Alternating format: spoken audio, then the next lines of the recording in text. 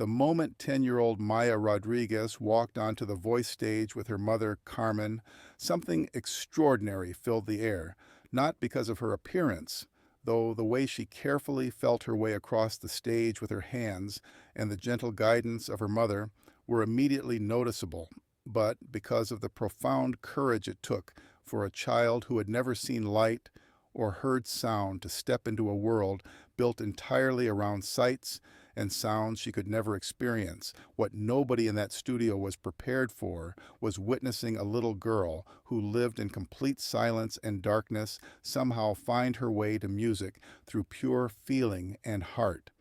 Subscribe now, because what happens next will show you that music truly is a universal language that transcends every barrier, even the most challenging ones imaginable. Maya had been born with a rare genetic condition that left her both completely blind and profoundly deaf, experiencing the world only through touch, smell, taste, and vibration.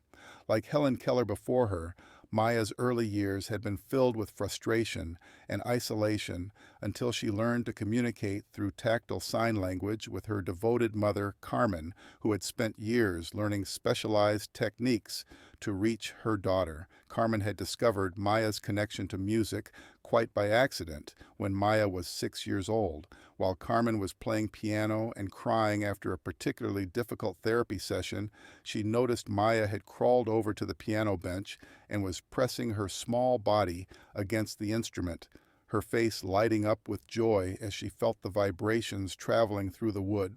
From that moment on, music became Maya's bridge to the world. She couldn't hear melodies or rhythms in the traditional sense, but she could feel them in her chest, in her bones, through the floorboards when someone played music nearby. Carmen had learned to translate songs for Maya by tapping rhythms on her daughter's palm and helping her feel the emotional content of music through vibrations and touch.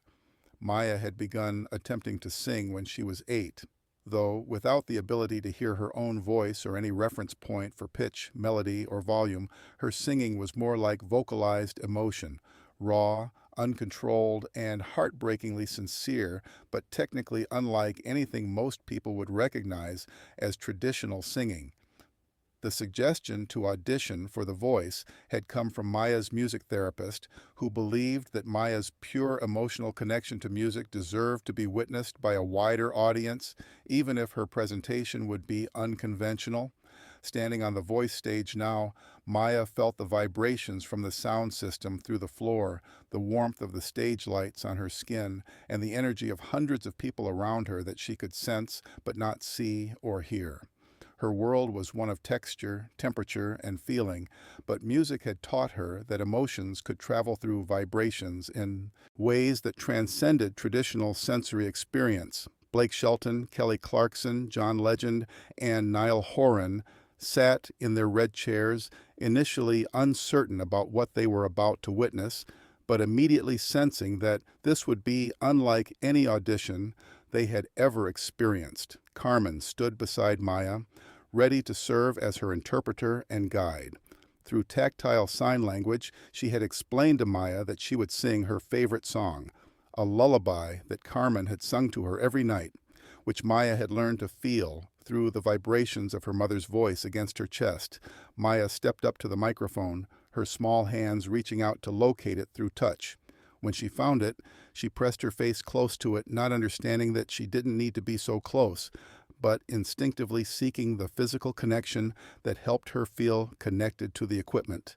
When Maya began to sing, what emerged was unlike anything anyone in the studio had ever heard.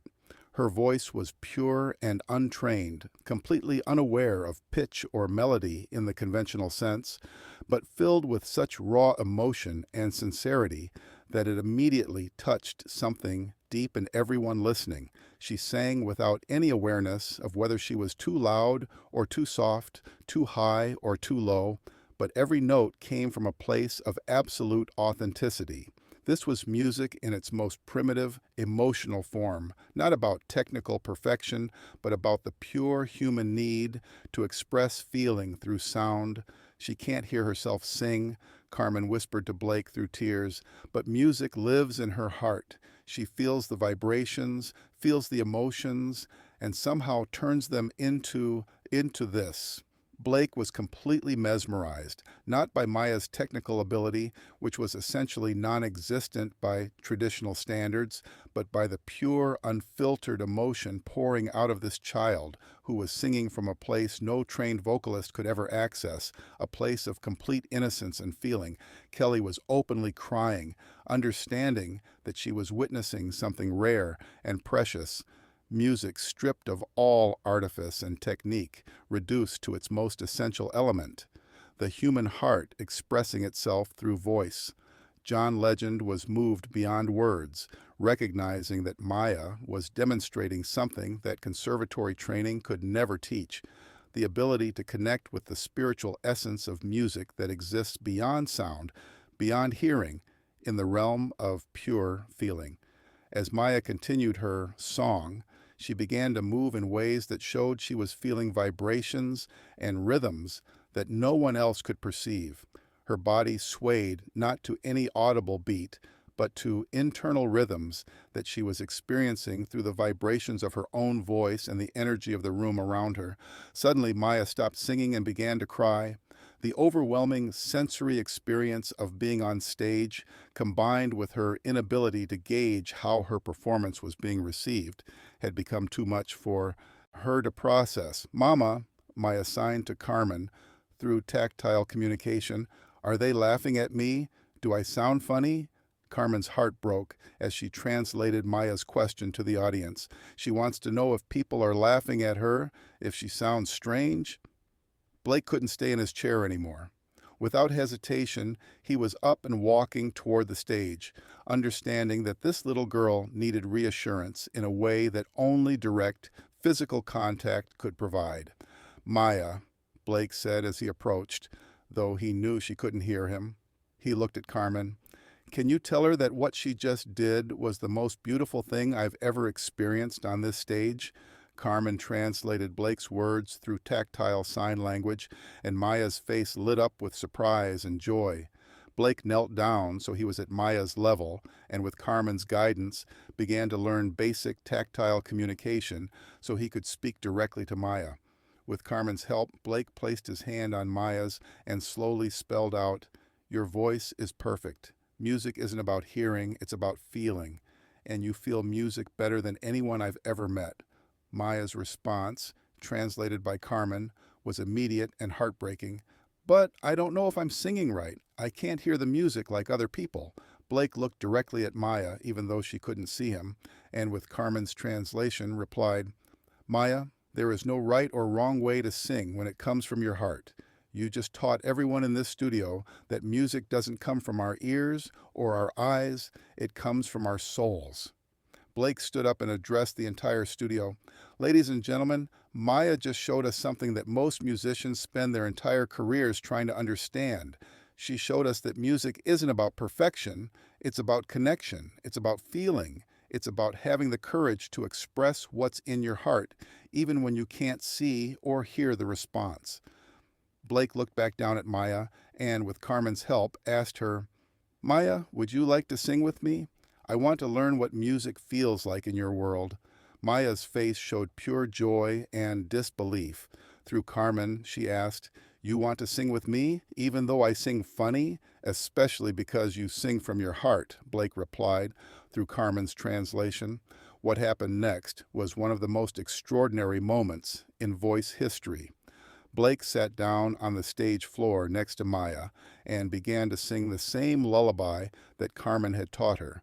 But this time, Maya placed her small hands on Blake's chest so she could feel the vibrations of his voice. As Blake sang, Maya began to harmonize in her own unique way, not matching his pitch or melody, but adding her own emotional layer that somehow complemented his voice in ways that traditional harmony never could. She was feeling the music through his body, through the vibrations in the floor, through the energy of his presence beside her. The audience was completely silent except for the sounds of people crying as they witnessed this unprecedented moment of musical connection that transcended every traditional boundary.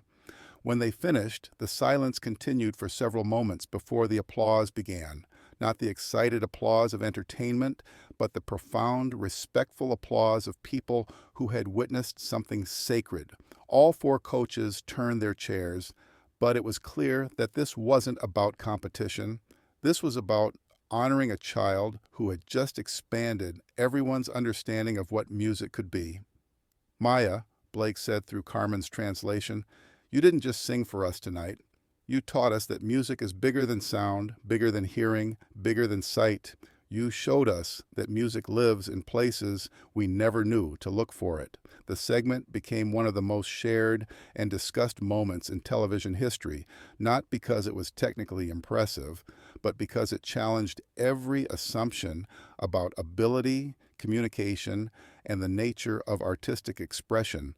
Maya's appearance sparked conversations about inclusion, about different ways of experiencing art, and about the profound capacity of the human spirit to find connection and beauty even under the most challenging circumstances. Blake later said that Maya changed his entire understanding of music. She taught me that everything I thought I knew about singing was just the surface. Maya showed me that the deepest music happens in places where traditional rules don't apply, where the only thing that matters is the courage to share what's in your heart, because sometimes the most profound music comes from the most unexpected places. Sometimes the greatest teachers are the ones who show us that our limitations are just invitations to discover new ways of connecting with each other. And sometimes a little girl who has never heard a single note can teach the entire world what music really means.